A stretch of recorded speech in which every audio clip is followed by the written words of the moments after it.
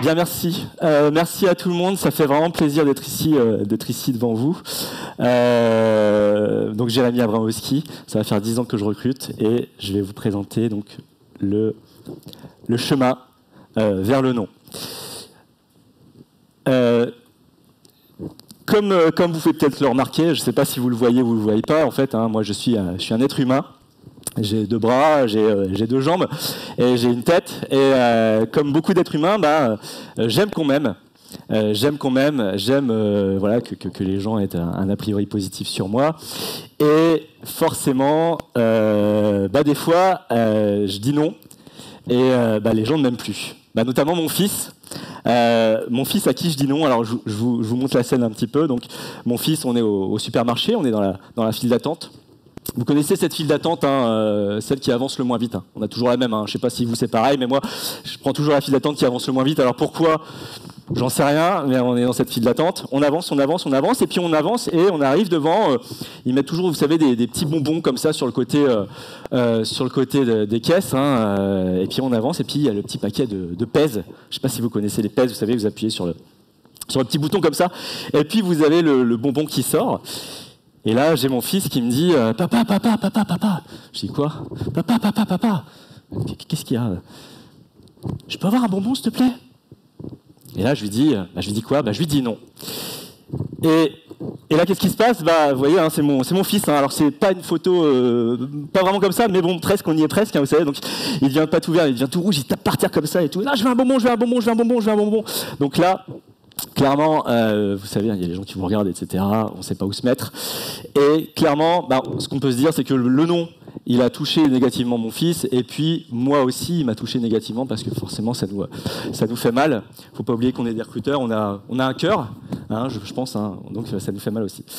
Ce que je vous invite à faire, donc, c'est on va voir comment est-ce qu'on peut travailler justement sur ce nom pour le rendre plus efficace, plus éthique, plus positif. C'est bizarre de dire ça, un nom qui est positif dans la relation, mais pour qu'il soit plus positif et qu'il puisse justement nous servir à nous, mais aussi qu'il puisse nous servir à nos candidats. Donc ce que je vous propose déjà, c'est 3 piliers pour créer une réelle relation et faciliter le nom. Je pense, j'ai une conviction qui est simple, c'est que pour que le nom ait un impact positif, qui soit accepté, qui soit entendu aussi. Je pense qu'il faut créer une réelle relation avec nos candidats. Et on va voir ensemble donc les 3 piliers qui permettent de créer cette relation. Le premier pilier, c'est la relation d'égal à égal. On va voir ensemble, donc la relation d'égal à égal, c'est déjà alors la relation d'égal à égal. Je ne vais pas vous demander, elle n'existe jamais, elle n'est jamais égal à égal comme ça. On va dire qu'on va essayer de tendre vers une relation d'égal à égal. Ce que je veux dire par là, c'est que quand on est recruteur, quelquefois, voilà, on n'est pas au-dessus des candidats. Les candidats ne sont pas au-dessus de nous en termes de relation. Il faut faire extrêmement attention justement à ce qu'il y ait une relation qui soit similaire. Et pas qu'il y ait pas jouer justement de la position qu'on pourrait avoir en tant que recruteur. Alors ce que je fais, en règle générale, et ce qui fonctionne plutôt bien justement dans cette relation d'égal à égal, c'est que j'ai un pitch. Quand j'appelle un candidat, j'ai un pitch, c'est-à-dire que je l'appelle, je lui dis bonjour, moi c'est Jérémy Abramowski. Avant qu'on parle de vous, monsieur ou madame, je vais vous parler de moi. Donc ça va faire 10 ans que je recrute dans le domaine ferroviaire. En règle générale, je recrute dans le domaine ferroviaire. Ça va faire 10 ans que je recrute dans le domaine ferroviaire. J'ai recruté pour telle entreprise, telle entreprise, telle entreprise. J'ai recruté pour tel poste, tel poste, tel poste. Et vous voyez, quand on fait ça, en fait, on fait quelque chose de simple. C'est qu'on se présente à l'autre, en fait. On se présente à l'autre, on lui explique qui on est, on retire un petit peu la cagoule ou je sais pas quoi, enfin bref, on se montre à l'autre tel qu'on est et on donne des preuves sociales des postes sur lesquels on a recruté, des entreprises pour lesquelles on a recruté, pour justement que le candidat sache à qui il a affaire et que ça facilite cette relation d'égal à égal. Et en plus, il y a quelque chose de magique avec ça, justement, quand on se présente comme ça, simplement, c'est que alors je ne sais pas qui tu es, mais je te retrouverai, je te recruterai. Cette relation d'égal à égal, en fait, quand on se présente comme ça, elle fait quelque chose de magique. C'est le phénomène de réciprocité. On appelle le phénomène de réciprocité, c'est-à-dire que par réciprocité, la personne à qui vous avez expliqué qui vous étiez, vous avez expliqué un petit peu votre parcours, par réciprocité, cette personne fera de même. C'est-à-dire qu'elle se présentera, elle ira un petit peu dans le fond de ce qu'elle a fait, etc., par réciprocité au téléphone. Donc, ce premier pilier, en fait, vraiment permet d'avoir une première relation qui est plutôt saine, on va dire, dans la relation face au candidat, avec un candidat ou avec un recruteur, et ça permet plus facilement de faire passer le nom. Le deuxième pilier, c'est la relation de confiance. La relation de confiance, je vais vous expliquer, je vais vous raconter une petite histoire. Une fois, j'étais tout jeune recruteur. C'était il y a longtemps, parce que maintenant je suis vieux. Et j'étais tout jeune recruteur. J'étais dans la voiture avec ma grande directrice de l'époque, parce que j'ai eu la chance d'être formé par une grande directrice. Et elle me dit, et je lui pose la question, je lui pose une question simple, parce que moi ça m'intéressait. Je dis, voilà, votre cabinet il existe depuis 25 ans. Qu'est-ce qui fait qu'au bout de 25 ans, votre cabinet il existe toujours ? Et là, elle a pris le temps, comme ça, je sentais qu'elle réfléchissait, hein, ça lui arrivait quelquefois. Et, non, j'adore. Et donc, elle m'a regardé, puis elle m'a dit quelque chose de simple, mais qui s'est marqué au fer rouge dans mon petit cerveau de l'époque. Elle m'a dit, les gens se sont toujours rappelés de moi. Et en fait, ça m'est resté comme ça, je me suis dit, mais pourquoi est-ce qu'elle me dit ça ? Enfin bref, et ça m'a trotté dans la tête, et j'ai compris un truc. J'ai compris quelque chose, c'est que quand elle était en entretien de recrutement avec des candidats, elle était là pour essayer de comprendre qui ils étaient, leur motivation, leurs échecs, leurs réussites. Et en fait, il y avait quelque chose de fou qui se passait, c'est qu'elle rentrait en résonance émotionnelle avec les candidats.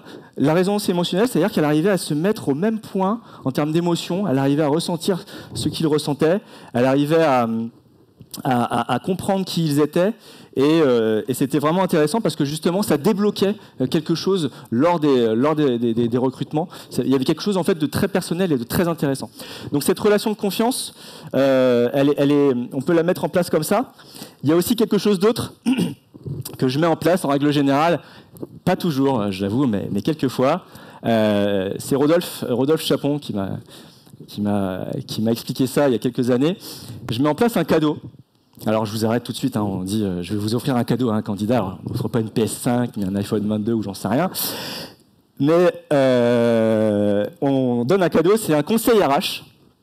Alors qu'est-ce que c'est qu'un conseil RH ? C'est un conseil qu'on donne au candidat par rapport à sa posture, par rapport à son expérience, par rapport aux échecs, etc. On peut être conseil dans la relation avec nos candidats justement pour qu'il y ait... et quelquefois on se positionne pas comme des recruteurs, mais plutôt comme des coachs, quelquefois même des agents de carrière. Je sais qu'il y en a certains qui utilisent ce terme, je l'aime beaucoup, le terme d'agent de carrière. C'est-à-dire que vous êtes là pour accompagner votre candidat avec des exemples, avec des conseils, etc. Donc ça, c'est le deuxième pilier, et ça permet, encore une fois, de plus facilement rentrer en relation avec la personne. Ça permet de plus facilement comprendre qui il est, le candidat, comprendre ses atouts, ses faiblesses. Et ça permet également, lorsqu'on doit dire non, hein, parce que c'est ça, que ce soit plus facile à comprendre et à intégrer. Le troisième pilier, c'est un regard objectif. En fait, je ne sais pas si vous le savez, hein, mais il y a environ une 50aine de biais psychologiques lors des recrutements. Hein, je ne sais pas si vous le saviez, mais bref, il y a tout un champ de biais psychologiques qui fait qu'on peut avoir un regard subjectif sur le candidat, hein, clairement. Et ça, je suis désolé, hein, je ne peux pas vous donner le sérum qui fait que vous avez plus ces biais-là ou quoi que ce soit. Mais bon, il faut déjà les connaître. Et ce que je vous propose, c'est quelque chose justement qui nous permettra de pas donner la parole à Robert. Je ne sais pas si vous connaissez Robert. Robert, je le sens pas. Alors ça se voit pas, je suis désolé. Hein. Il s'appelle Robert, je le sens pas. Et il dit quoi? Il dit j'ai pas eu le feeling avec lui. Je sais pas si vous avez, je sais pas si vous connaissez Robert, je le sens pas.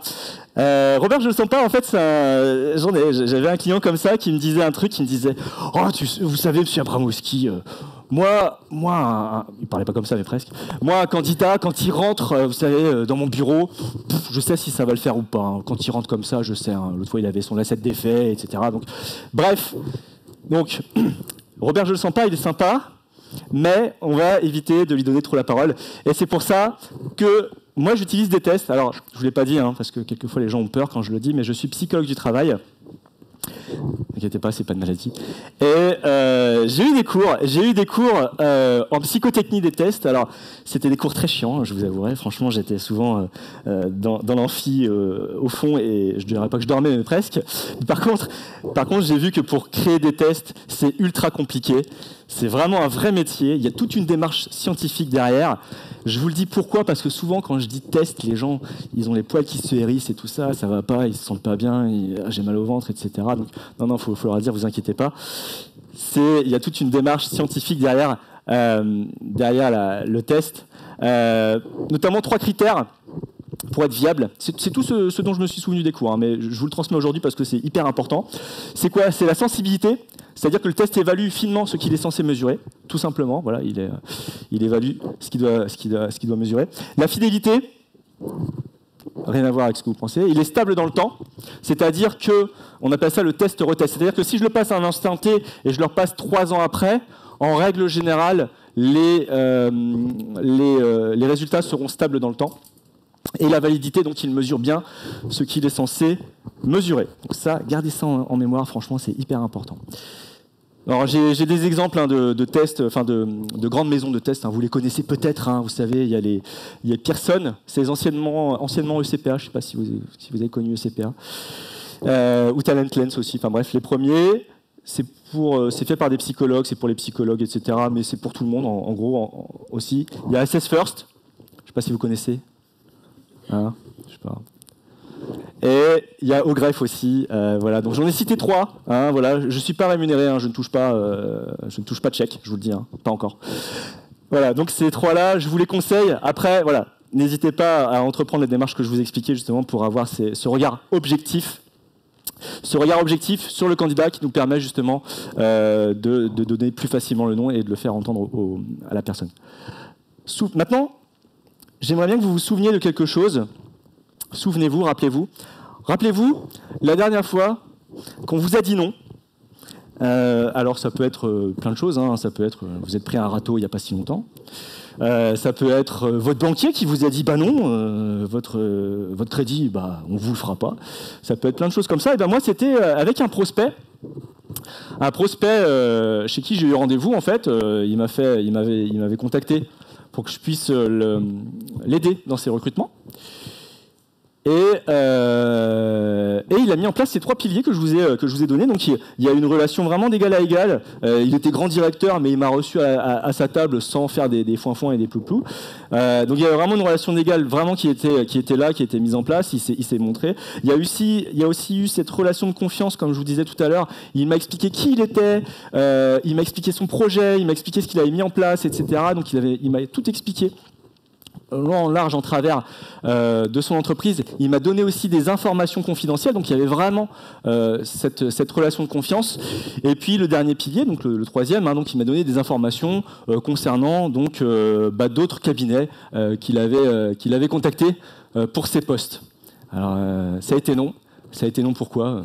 À cause de l'argent. Les tarifs étaient un peu plus chers que les autres cabinets, donc c'est pour ça. Donc, mais ce qui est intéressant dans ce retour-là, c'est que vraiment, moi j'ai entendu son nom parce qu'il y avait eu toute cette relation qui avait été mise en place avec lui et qui était vraiment intéressante et qui m'a permis justement d'aller au-delà de ce nom qui était un peu comme ça, qui vous clash. Et c'était vraiment intéressant. Bon. Maintenant, donc je vous ai donné les 3 piliers. Maintenant vient le grand moment, vous savez, le moment qu'on redoute tous, le moment de dire non. On se dit putain, il va falloir que j'appelle, il va falloir que je lui dise non et tout, quand je vais dire, etc. Vous savez, on a les mains qui sont moites, on a le cœur qui bat, on se sent pas bien, etc. Alors, Alors oui, en règle générale, je donne les noms par téléphone. Alors je sais que c'est pas, il y en a qui préfèrent les mails, qu'on dise non par mail, parce que c'est pour la synchronicité des choses.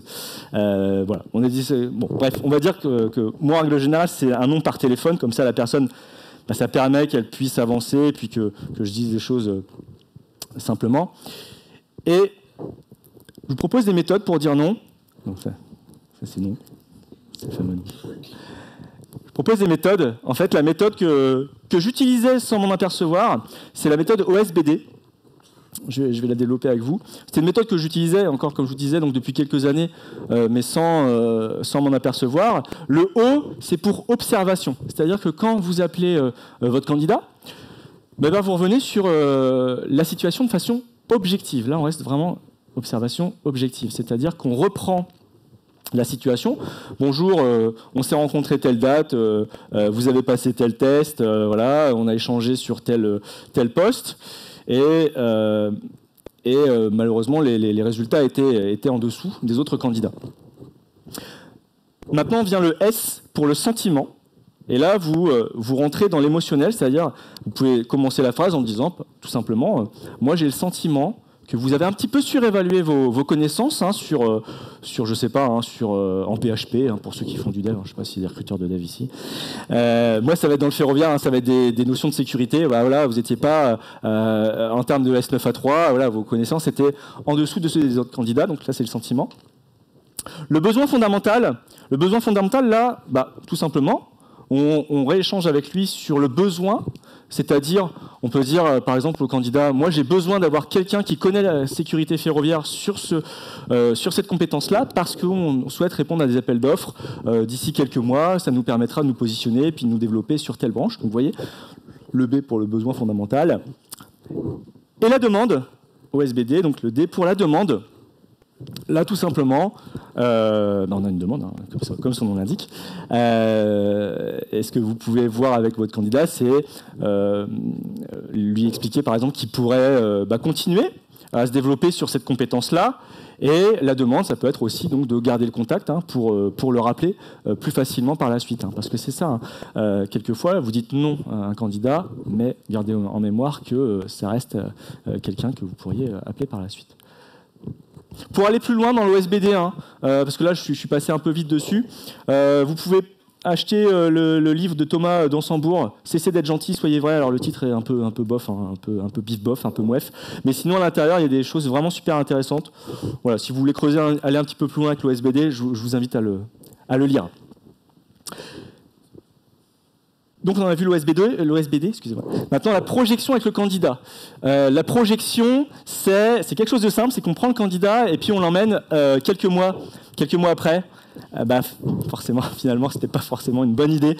Quelquefois, c'est ce que je fais aussi. Je leur dis voilà, imaginez qu'on vous donne le poste et qu'on vous mette sur l'appel d'offres pour justement travailler sur des missions de sécurité. Et d'ici quelques mois, vous répondrez à l'appel d'offres et malheureusement, ça risque de vous mettre à mal. Ça risque de vous mettre à mal dans ce que vous pourriez faire par la suite et sur le poste. D'accord ? Vous pouvez reprendre aussi, quelquefois, je le fais parce que j'ai des clients qui m'en parlent, vous pouvez reprendre aussi une expérience malheureuse qui s'est passée avec un candidat qui n'avait pas les compétences nécessaires et le mettre en relation avec votre candidat. Alors bien sûr, on n'est pas des Madame Irma, vous le savez bien, on ne sait pas lire l'avenir, enfin je pense pas.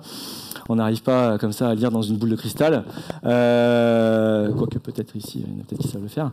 Mais ça nous permet justement, cette projection, ça nous permet d'échanger avec le candidat sur un futur hypothétique et ça permet également plus facilement de faire passer le nom.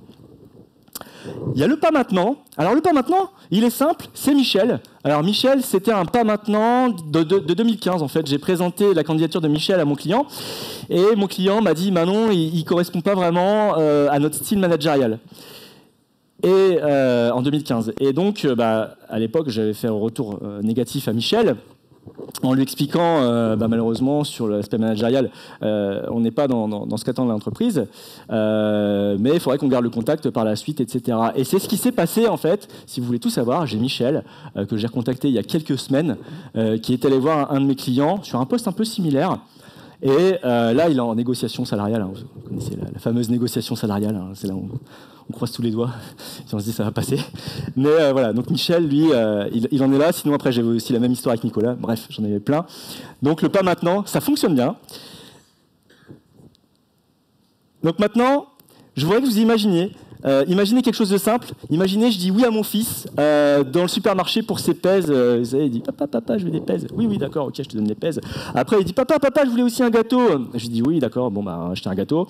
Papa, j'aime bien comment tu conduis ta voiture. Je peux conduire ta voiture? Oui, bien sûr, vas-y, tu peux y aller. Papa, à l'école c'est chiant, on pourrait pas partir en vacances? Ah oui, bien sûr. Vous imaginez? Je vous laisse imaginer le problème que ce serait si je disais oui à tout. Hein. Si je disais oui à tout, en fait, ce serait la catastrophe, hein, tout simplement. Donc, ce que je voudrais vous montrer aussi, c'est le nom. C'est comme les trains, vous savez, un train peut en cacher un autre. Hein, je sais pas, vous connaissez ça. Eh ben, un nom, ça peut cacher un oui, ou même quelquefois plusieurs oui. Un nom à l'instant T d'une vie professionnelle ou même de la vie personnelle, hein, même vous, hein, demain, vous avez un nom, eh ben, c'est pas grave. C'est pas grave, c'est un nom, mais ça vous ouvre d'autres portes, ça vous ouvre d'autres possibilités. Si votre banquier vous dit non pour le prêt, c'est pas grave, vous allez voir d'autres banques, peut-être qu'ils vont vous dire oui, puis finalement ça se passera bien, etc. Si à un moment donné vous avez un nom, c'est pas grave, ça vous permet d'avoir des portes qui s'ouvrent à côté. Pourquoi je vous parle de ça? Parce que ça m'a rappelé un livre. Je ne sais pas si vous le connaissez, ça s'appelle Go for No. C'est un livre en fait, qui parle du non dans la relation commerciale et qui dit, comme son nom l'indique, hein, qu'il faut aller vers le non. Hein. Pourquoi aller vers le non? Parce que justement, ça nous permet après de nous repositionner et d'envisager d'autres possibilités. C'est très important parce que justement, ça permet d'aller au-delà du non et de lui donner une autre direction. Et parce qu'en fait, il n'y a rien de pire que l'incertitude. Quand on ne rappelle pas les candidats, on les laisse dans l'incertitude. Et il n'y a rien de pire que ça. Hein. Quelqu'un qui vous laisse dans l'incertitude, qui ne dit pas oui, qui ne dit pas non de façon franche, c'est très compliqué à gérer. D'accord ? Donc, dites non. C'est un meilleur cadeau que vous pourriez faire. Donc, tout simplement, quelle est la valeur du non, hein, au travers de tout ce qu'on a vu? La valeur du non, elle est simple, mais je voulais vous retranscrire quelque chose qui, moi, j'ai trouvé cette façon de voir les choses plutôt intéressante. En fait, le non, c'est pas l'arrêt, c'est pas une destination finale, c'est pas quelque chose comme ça qui arrête la relation. Le non, en fait, c'est une étape dans la vie professionnelle du candidat vers un plus grand, un plus beau, un magnifique oui pour la suite des choses. Merci pour votre écoute.